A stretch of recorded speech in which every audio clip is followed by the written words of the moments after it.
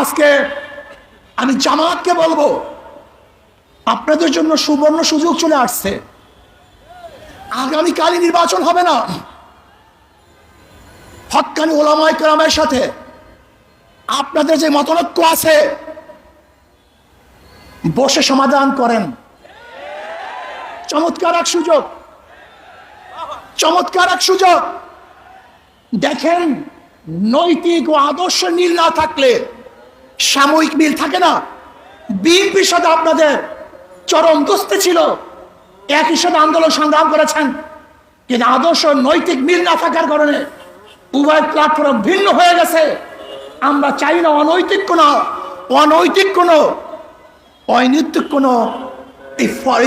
মানে লোক দেখানো কোনো ঐক্য আমরা চাই না। আমরা চাই টেকসই স্থায়ী ঐক্য, যে ঐক্য হবে আর কোনোদিন ভাঙবে না, ফাটল হবে না। এর জন্য আমি জামাতকে বলবো, যদি আপনি মনে করেন আমাদেরকে কোনো রকমের বুঝিয়ে শুনিয়ে বর্তমান নির্বাচনের এই তরি পাড়ি দিবেন, এটা আমাদের দ্বারা সম্ভব না। আপনারা আসুন, বসুন, হক্কানি ওলামায়ে কেরামের সাথে যে মতনৈক্য আছে সেই মতনৈক্যগুলি মিটিয়ে আমরা এমন টেকসই এক ঐক্যবদ্ধ হব, যে ঐক্যবদ্ধ কেউ ভাঙতে পারবে না, কেউ চুটতে পারবে না। ইনশাআল্লাহ আগামী রাষ্ট্র হবে ইসলামের রাষ্ট্র। আসুন আমরা সম্মিলিতভাবে ইসলামকে বাংলাদেশে প্রতিষ্ঠিত করার জন্য চেষ্টা করব। ইসলাম প্রতিষ্ঠিত হলেই সমস্ত জাতি, সমস্ত ধর্ম নিরাপদ থাকবে।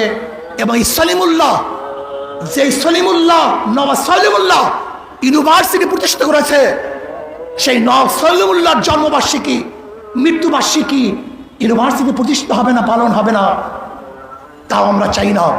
এখান থেকে বৈষম্য দূর করতে হবে। সব জায়গায় যে ধর্মের লোক যে গোশ খায়, অনেক জায়গায় দেখা যায় গরুর গোশ খাইতে দেওয়া হয় না, এটা বৈষম্য। যেখানে গরুর গোশ খেতে পারবে খেতে দেন, আপনি যা ইচ্ছা কাচ্চেমের গোশ খান, কোনো সমস্যা নেই, কিন্তু খবরদার কেউ কাউকে বাধা দেওয়ার কোনো অধিকার নেই। আমরা সম্মিলিতভাবে দেশটাকে গড়ব। আল্লাহ আমাকে এবং আমাদের সবাইকে সম্মিলিতভাবে দেশ গড়ার তৌফিক দান করেন। আসসালামু আলাইকুম ওয়া রাহমাতুল্লাহ।